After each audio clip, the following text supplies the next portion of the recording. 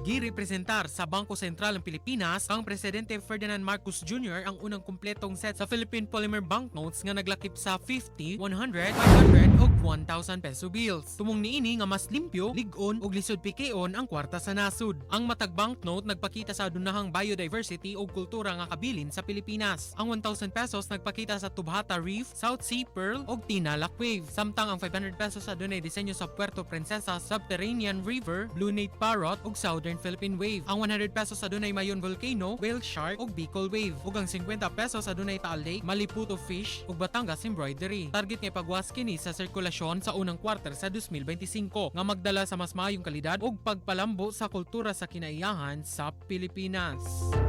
Natumbahin natod ka nato sa Bluter na Max Herbal Capsule. Bluter na Max Herbal Capsule may 5 kabaskog ug epektibong herbal ingredients batok sa diabetes ug high blood, arthritis, rheuma, insomnia, heart, liver ug kidney diseases. Ang Bluter na Max Herbal Capsule adunay kini turmeric nga daghan sa bioactive compounds pareha sa curcumin ug epektibo sa pagpaayo sa mga ubag-ubag ug pagsugpo sa pagnutngot sa atong luta-lutahan. Sigurado nga goodbye sa aray ug pag-antos tungod sa rheuma ug arthritis, mong gamit na og Bluter na Max Herbal Capsule. Adunay pa kini Bluternate, spirulina, cinnamon bark ug probiotics. Ang Bluter na Max Herbal Capsule pwede na mapalit online o ma-deliver sa inyong Pinoyanan, pinaagi sa kalusugan niyon Facebook page ug mapalit sa mga butika dool sa inyong mga lugar.